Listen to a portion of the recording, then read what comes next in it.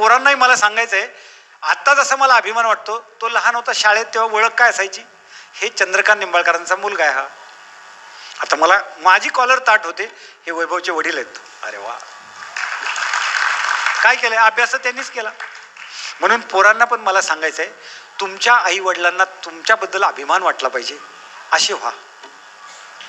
मुलं म्हणतात कुणाचा आदर्श घ्यायचा, आजकाल असं चित्र, पेपर काढा, TV काढा, तरुण मुलं अशी म्हणतात. अरे तुम्हीच असे व्हा की तुम्हाला लोकांनी फॉलो केलं पाहिजे, तुम्हीच असे बना, हे सगळ्यात महत्त्वाचं आहे, लक्षात घ्या.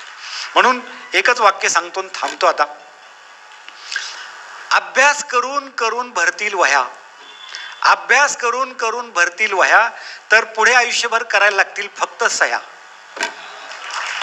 You will be at the top. मुला मुलींना सांगतोय.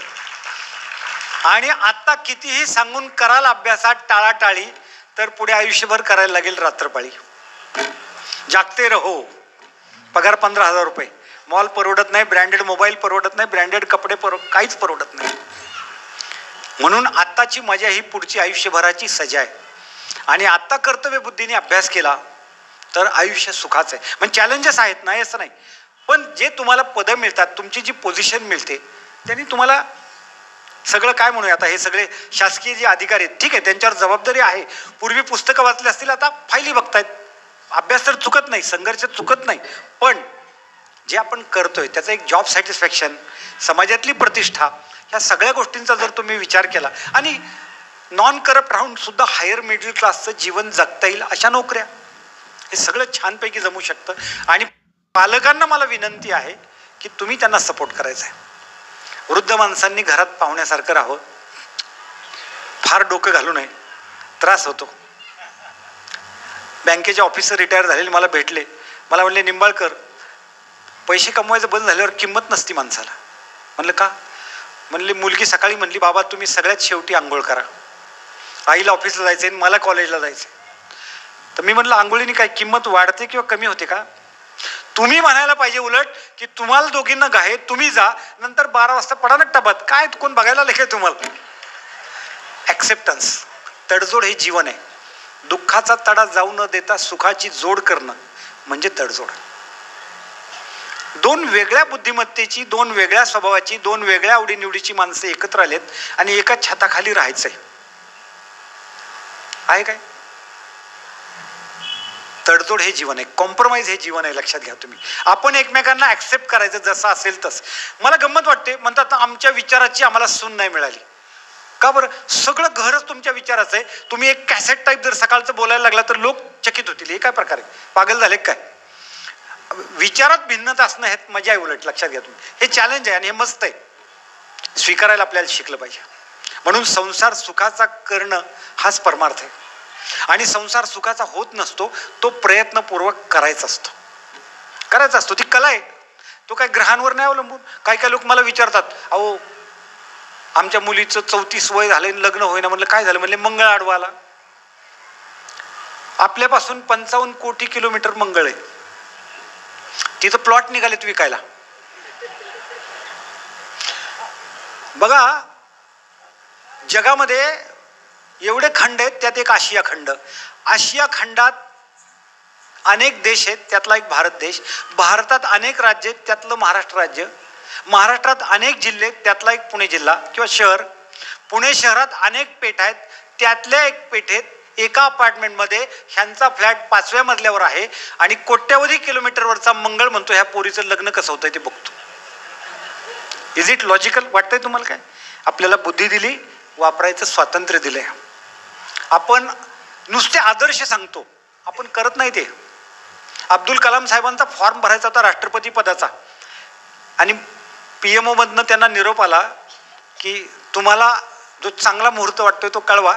वाजपेयी साहेबांना म्हणजे पंतप्रधानांना तुमच्यासोबत फॉर्म भरायला यायचं. कलाम साहेबांनी दिलेलं उत्तर ऐकण्यासारखे.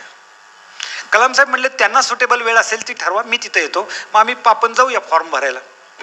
ते म्हणले नाही पण तुमचा काही मुहूर्त असेल. काय उत्तर असावं कलाम साहेबांचं?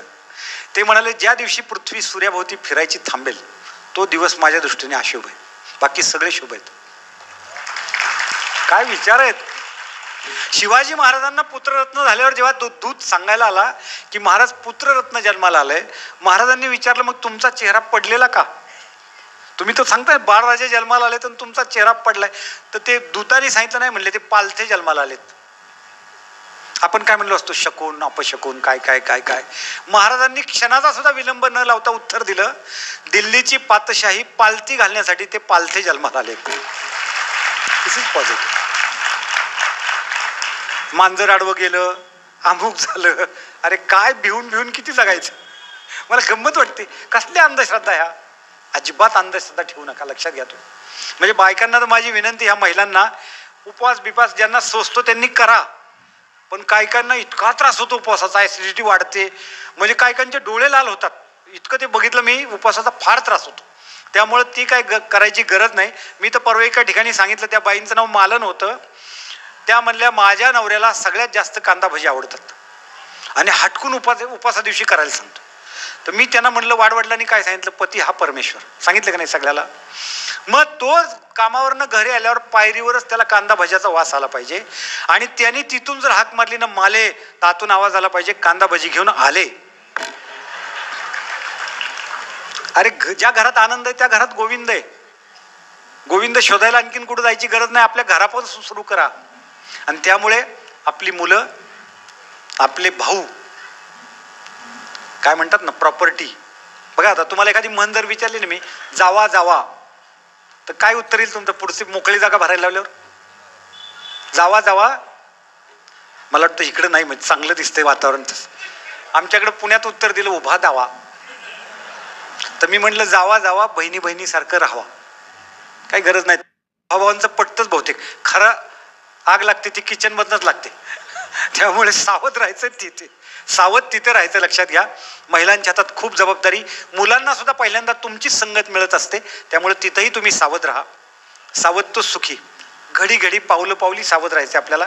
आणि एक स्वतःला व्रतच करून ठेवा. ते सकाळी उठल्यावर स्वतःला एक सूचना द्यायची की माझा जन्मच कशासाठी आहे? आनंदासाठी आहे, आनंद देण्यासाठी. लक्षात घ्या, टुडे इज अ गिफ्ट. आजचा दिवस ही मला देवाने दिलेली देणगी. वैभवनी कविता म्हणून दाखवली ना, झोपे सुखे फिरूनी उठतो ही ईश्वराची दया. सगळे थोडेच उठतात सकाळी.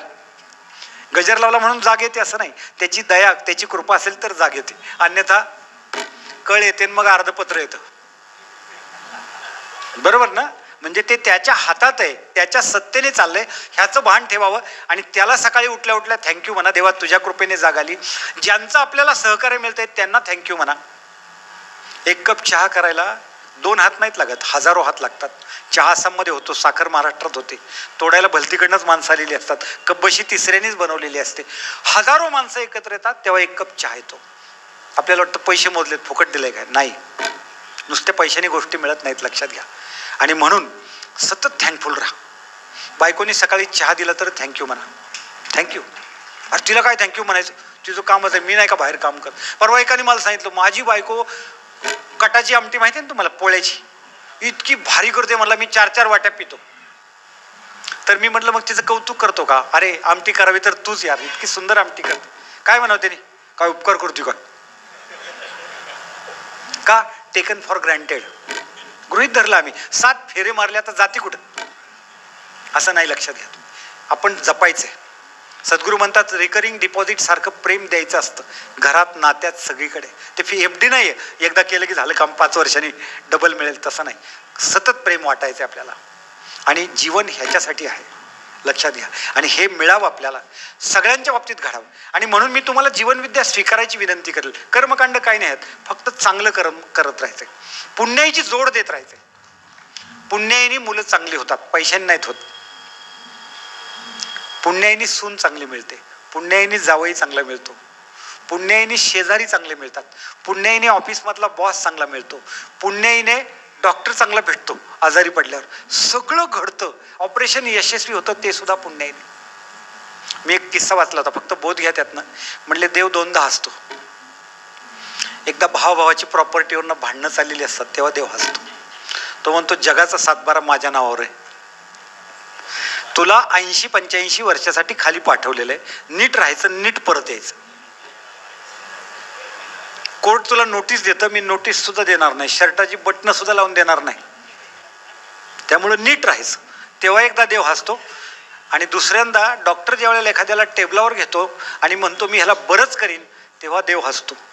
तो म्हणतो तू तुझं काम कर, पुढचं मी बघतो. म्हणून आपण ह्या पृथ्वी तलावर राहताना त्याने ज्या कामासाठी पाठवले, तुम्ही एखादं घर भाड्याने दिल्यावर तुम्ही कसं म्हणता खेळे ठोकू नका, सोसायटीत भांडू नका, तशाच देवाच्या आपल्याला सूचना मिळाल्या आहेत, पण आपण त्या विसरून गेलोय. त्या सूचना पाळूया, सुख आनंद फक्त वाटत राहूया, प्रत्येक कृती राष्ट्रहिताची आणि विश्वशांतीची करूया. अशी आजच्या स्मृतिदिनी त्यांची स्मृती, त्यांच्याकडनं आपण फॉलो करायचं असतं, त्यांचे गुण आपण घ्यायचे असतात, त्यांच्याविषयी आपण कृतज्ञता व्यक्त करायची असते. तुमच्यामुळे आज आम्ही इथं आहोत हे त्यांना जाणवून द्यायचं असतं. श्रद्धा म्हणजे श्रद्धापूर्वक, श्राद्ध या शब्दाचा अर्थ आहे श्रद्धापूर्वक केलेलं स्मरण, आणि ते आपण स्मरण करूया, त्यांच्या स्मृतीला अभिवादन करूया आणि इथं थांबूया. जय सद्गुरू, जय जीवन विद्या.